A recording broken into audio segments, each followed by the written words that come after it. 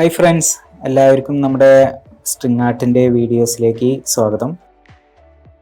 നമ്മളിപ്പോൾ കാണാൻ പോകുന്ന വീഡിയോ നമ്മൾ ചെയ്തുകൊണ്ടിരിക്കുന്ന സ്ട്രിങ് ആർട്ടിൻ്റെ 4ാമത്തെ സ്റ്റെപ്പാണ്. ഇതെങ്ങനെയാണ് ഈ സ്ട്രിങ് ആർട്ട് ചെയ്യുക എന്നുള്ളത് നമ്മൾ ഗ്രാഫിക്കലായിട്ട് ഒന്ന് കാണിക്കുന്നു.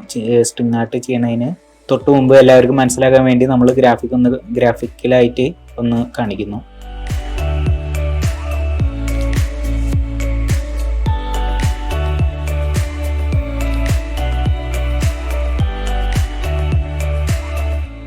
ഇതുപോലെയുള്ള സ്ട്രിങ് ആർട്ടിൻ്റെ വീഡിയോ കാണുന്ന ആഗ്രഹമുള്ളവർ നമ്മുടെ ചാനൽ സബ്സ്ക്രൈബ് ചെയ്യുകയാണെങ്കിൽ ഞാൻ അടുത്ത വീഡിയോസ് കംപ്ലീറ്റ് നിങ്ങൾക്ക് അതിൻ്റെ നോട്ടിഫിക്കേഷനും കാര്യങ്ങളൊക്കെ വരും. അപ്പോൾ നമുക്ക് നമ്മുടെ വീഡിയോയിലേക്ക് പോകാം. അപ്പം നമ്മൾ ചെയ്യാൻ പോകുന്ന ഡിസൈൻ ഒരു സ്ക്വയർ ഡിസൈനാണ്. ആ സ്ക്വയർ ഡിസൈനെ നമ്മൾ 4 കോർണറുകളായിട്ട് ഡിവൈഡ് ചെയ്യും. ആ കോർണറുകളെ ബന്ധിപ്പിച്ചിട്ടാണ് നമ്മുടെ ഡിസൈൻ കംപ്ലീറ്റ്. അപ്പോൾ ആദ്യം തന്നെ നമ്മൾ ഒരു കോർണറിൽ നിന്ന് സ്റ്റാർട്ട് ചെയ്യാം.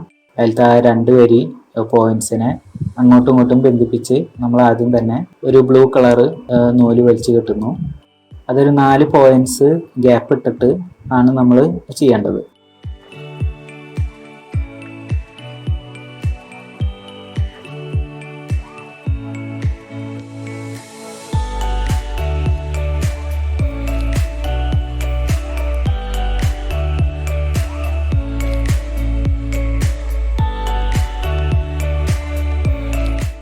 അങ്ങനെ ഒരു കോർണറിൽ ഫുള്ള് കഴിഞ്ഞിട്ടുണ്ടെങ്കിൽ നമ്മൾ അടുത്ത കോർണറിൽ ചെയ്യുന്നു.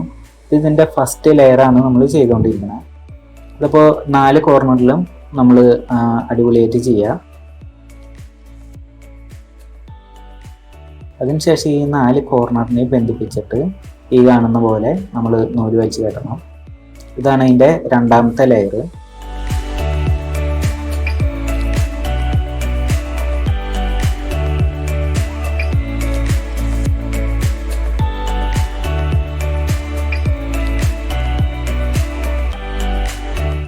ഈ 2 ലെയറും കൂടി ചേരുമ്പോൾ എങ്ങനെയാണ്, 2 ലെയറും കൂടി ചെയ്ത് കഴിഞ്ഞാൽ അതാ ഈ കാണുന്ന പോലെ നമുക്ക് അതിൻ്റെ ഡിസൈൻ കിട്ടും.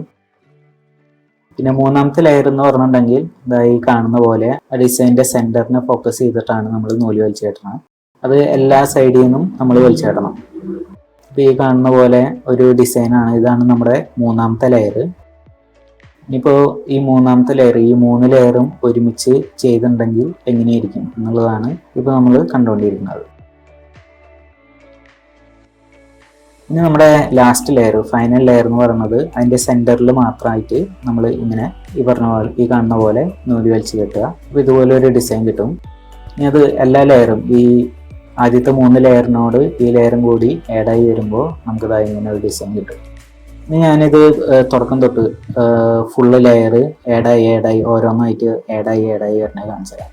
ഇതായി കാണുന്ന പോലെ ഇപ്പോൾ ഫസ്റ്റ് ലെയറിൻ്റെ ഓരോന്ന് എല്ലാ കോർണറുകളിലും ആഡായി നൂല് നമ്മൾ വലിച്ച് കെട്ടിയിട്ടുണ്ട്. ഇനി ഫസ്റ്റ് ലെയർ കഴിഞ്ഞ് പിന്നെ എല്ലാ കോർണറിനെയും ഈ 4 കോർണറിനെയും ബന്ധിപ്പിച്ചിട്ട് അടുത്ത സെക്കൻഡ് ലെയർ